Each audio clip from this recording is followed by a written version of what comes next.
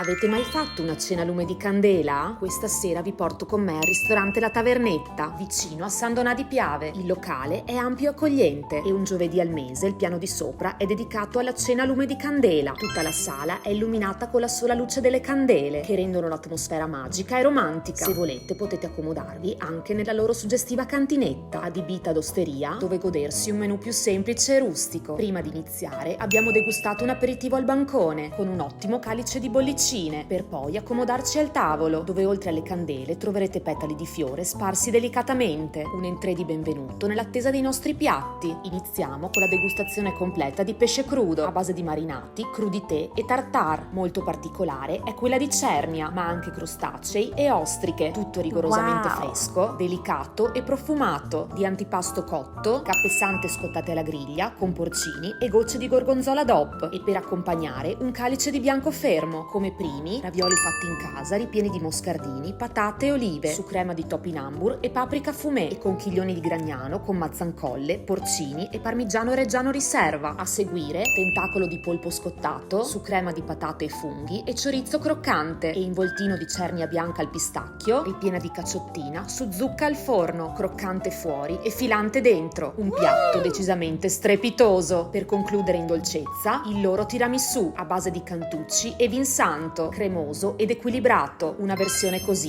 non l'avevo mai provata. La cena a lume di candela alla Tavernetta non è solo una cena, ma un'esperienza e un ricordo che resta.